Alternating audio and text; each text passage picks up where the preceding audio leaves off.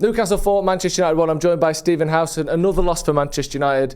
We've done experiments on the goalkeeper that haven't worked. We've lost Joshua Zirkzee to a hamstring injury.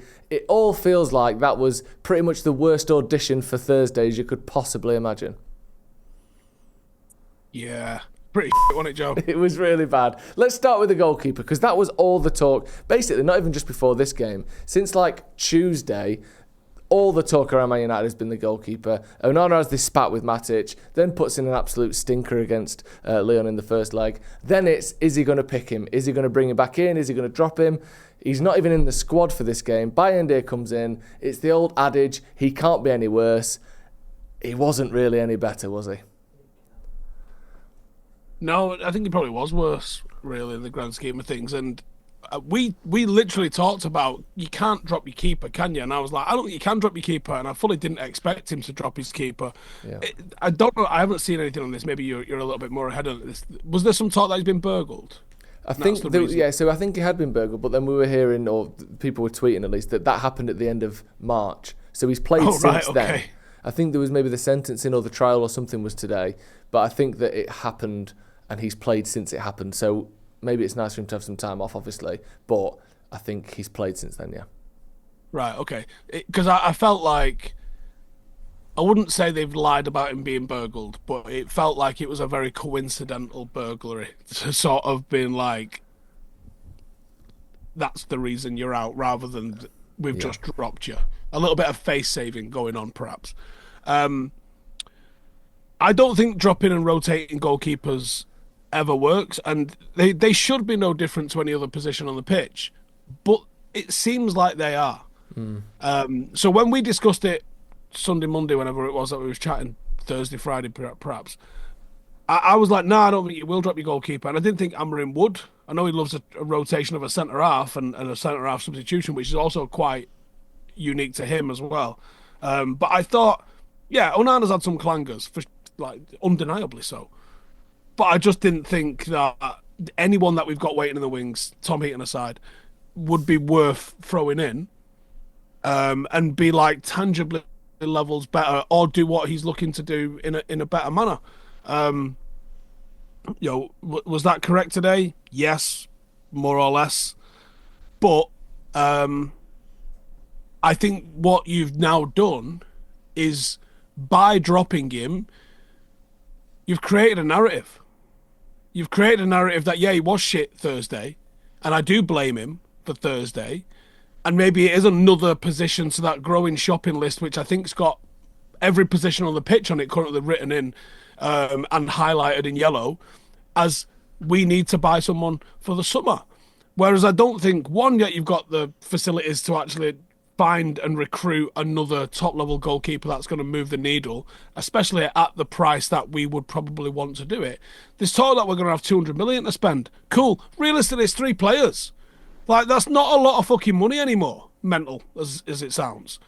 But it's not enough. When you need 6 fucking players, maybe 7, 2 or 3 ain't enough anymore. 200 million doesn't move the fucking needle anymore, unless you're going to be picking up freebies or cheap buys. And maybe it's United's time to start looking in that sort of bargain bucket, but that's hit and miss. There's a reason good players cost 70 million, because they generally, Anthony aside, Maguire aside, pretty much anyone that we've spent 70 million on aside, they usually come with a bit of a guarantee of a level of ability. That's why they cost so fucking much. But then weirdly, like you said, you mentioned there, it's very possible to spend 60 plus million multiple times and get them all wrong, or nearly all of them wrong. Like, so one, obviously it's not a guarantee that spending money is going to get you a lot, but you can still waste money on cheap players. I appreciate that. But we've wasted money on expensive players. At least if you cut back a little bit, maybe we can, regroup and get that money back if we do need to sell them. But like you said, you risk at some point just going, we're just basically admitting we're not going to buy anyone of any quality because we don't want to spend 60 million. So there's a balancing act there. Just on the Onana thing, trying to look at it from a positive spin. At least with this performance from Bayindir, good luck. Yeah, well, here we go. Hear me out. Have we at least had one question answered? Because if he'd have played Onana today and he'd either been average or slightly below average, it would be, why haven't you played Bayindir? You have to drop him for Bayindir. Bayindir is way better. At least now you can say with some confidence, well, he's not really any better, and at least Onana can play the ball out from the back most often. You know, do we at least have an answer to a question, even if the answer is, yeah, it can get worse? I mean, that's extreme looking for the positives, that, Joe. Yep. We haven't found a way that works, but we have found 945 that don't. Keep looking. Yeah. There's always tomorrow. But do you know what I mean, though? Because if he'd have played Onana today and he'd have done what Bayern did, it'd be like absolute chaos. Why didn't you drop him? Amarim's awful. Well, he's giving it a go. And at least now we know you might as well play Onana because he can play out from the back. I know, obviously, like I said, I'm clutching at straws, but Onana now, I don't think anyone would question if he starts on Thursday, whereas had you played him today, there would have been loads of question marks. But then, have you put doubt and blah-de-blah into Onana's head and, like, the intangibles that come with that? Yeah. You know, he strikes me as quite a confident character. But have you just taken away one of the things that he might have had? I mean, keepers need to be confident on a level of delusion, man. It's such a bizarre fucking position on the pitch. I don't know. Yeah, it's fucked. It is fucked. And that's the problem. Either way, it's bad performances from Manchester United players, which we're trying to look for the positives, but that's just what it is. We're terrible and our players aren't playing very well. Just looking at the rest of the pitch then. Garnacho, one spark maybe. He got a goal, and maybe that will give him a little bit of confidence going into Thursday, because we're focusing this all on Thursday. Did he need confidence? I think he did. I think he did need a bit of confidence. Do you think he's immune to, one goal in 25 games? Do you think that doesn't affect him at all? No, I think he's probably got too much confidence, if anything. Really? Look at how often he shoots. I think that's desperation. Today aside, right, I'm not going to dig him out today because I don't think he was that bad with his decision-making today. I think he was fine. And his goal was brilliant. He took it really well. And he took it with his left, which I didn't expect. So, no, I got nothing negative to say about Garnacho today, except the fact that I'm not sure he's a player that lacks confidence. Yeah. It's weird, though, isn't it? Because on one hand, I agree with you, and he gets the ball and just too much with it. But I think that can be a symptom of a player who is struggling with confidence, where they're doing the wrong thing. They're making decisions I think he looks like he's desperate at times. The way he shoots, the way he doesn't lay it off because he wants the goal for himself. I think that's because he doesn't know what to do. He does that when he's in a scoring vein. I know. You're right. I don't know. I just think that he could do with a bit of confidence. For me, I think no human being is immune from a lack of confidence. Even a young kid like Garnacho, I still think this goal today will help him on Thursday. Or maybe even if it's just puts a bit of, he remembers where the net is. That can be a good thing. Goals do tend to come in clusters. Maybe it can help him. I'm looking for positives here, Steve. Come on. Don't just accept that we're shit and wallow in it for a minute. Like, Christ, who do you think the most confident athlete is? In the world? Yeah. It's got to be LeBron James, hasn't it? Been one of the best in your league, in your position for 20 years in a row. Is he confident? I think he is. Yeah. Although maybe delusion is the best way to confidence. Even if you don't back it up, people could be confident and never play well. But I think it's got to be someone like him. What do you think? I wouldn't be surprised if someone with the work ethic of LeBron James is way more insecure than you expect. That's the point. And that's what drives that level of work rate. Yeah, that's definitely possible. Like Ronaldo, the reason he's so psychotically obsessed with football is because he's scared. Because he's not confident. Yeah, he's not confident. Yeah, I think people look at the wrong angle of that somewhere. I was just trying to think about who's a confident player. Like I would assume Cantona would have been a fairly confident kind of player, like almost unshakable level of confidence. I don't think Roy Keane was necessarily a confident player. I think he was probably driven by a level of fear as well. I was just thinking, when you're talking about confidence of players, I was like, I wonder who isn't, who's like the most unshakably confident player you could think of. I feel like Wayne Rooney always felt pretty confident to me. Someone that is their natural ability has always allowed them to do what they want with the football, and doesn't seem like they're sort of overthinking things on the pitch. Plays with a natural flair rather than what do I do now? I don't know, maybe Rooney. I don't know. It's hard, isn't it? Yeah, well, I know when Rooney was like, when I got to Everton, I would realise I was better than them all. Yeah, and that's confidence. Yeah, okay, I get that. But yeah.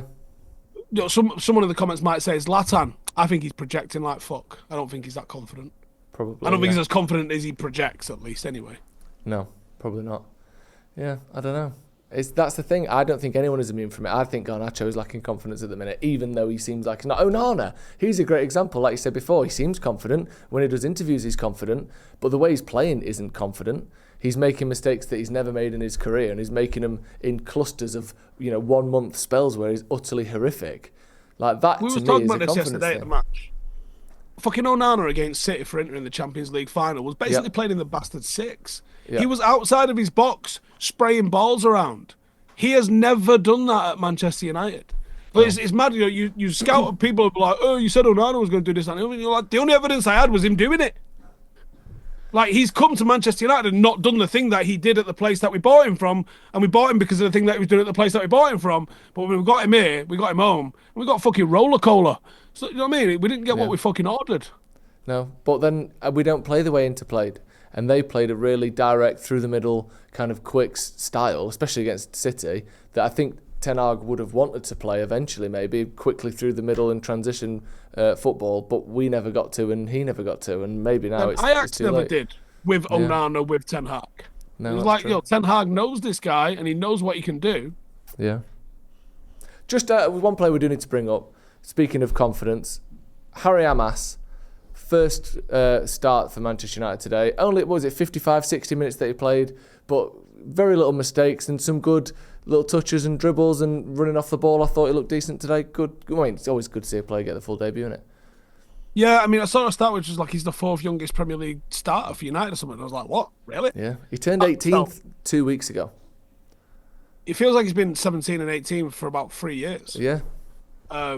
I've been a bit frustrated at the lack of involvement with him, and you realise how young he is. You go, maybe chill out a little bit because he is extremely fucking young. But yeah, I'm very pleased for him. I do chat to Harry pretty often. I'll drop him a message later and just say, yo, fucking well done. I dropped him one when I saw he was starting today. And I think he's a good young player. I think he's got a chance, which is all you can say for any player. I think he's probably got less of a chance the fact that we signed Dorgu and we signed Diego Leon. When he signed about 5 players in your position, it's probably not the greatest of fucking signs, but getting your debut, and being involved in a few games, it is a positive thing. I think you're right. He didn't really do a lot wrong. And I mentioned in my review, he didn't look out of place. Unfortunately for him, that's not a good fucking place to be at the moment. Not looking out of place is not the compliment it once was. Because I don't think half of this fucking team should be here. So not looking out of place in amongst people who shouldn't fucking be here is not the compliment maybe it could have been a few years back. But like I said, he didn't look out of place. He certainly wasn't worse than anyone. Yeah, exactly. And also, weak link in that team. Yeah, and that can happen with youngsters. They can look objectively and obviously worse than their teammates at any level. He's just played next to Lenny Euro. Yeah. Like, I think the combined fucking ages of them is younger than fucking Trippier. He's younger than you. Not fucking far off. Well, it's younger than me, yeah. For the pair of them, yeah. That's mad, isn't it? Yeah, cheers, Joe. Right, thank you very much, Steve. Thanks for joining us. Thank you for joining us at home as well. Newcastle 4, Manchester United 1. We'll see you in a bit.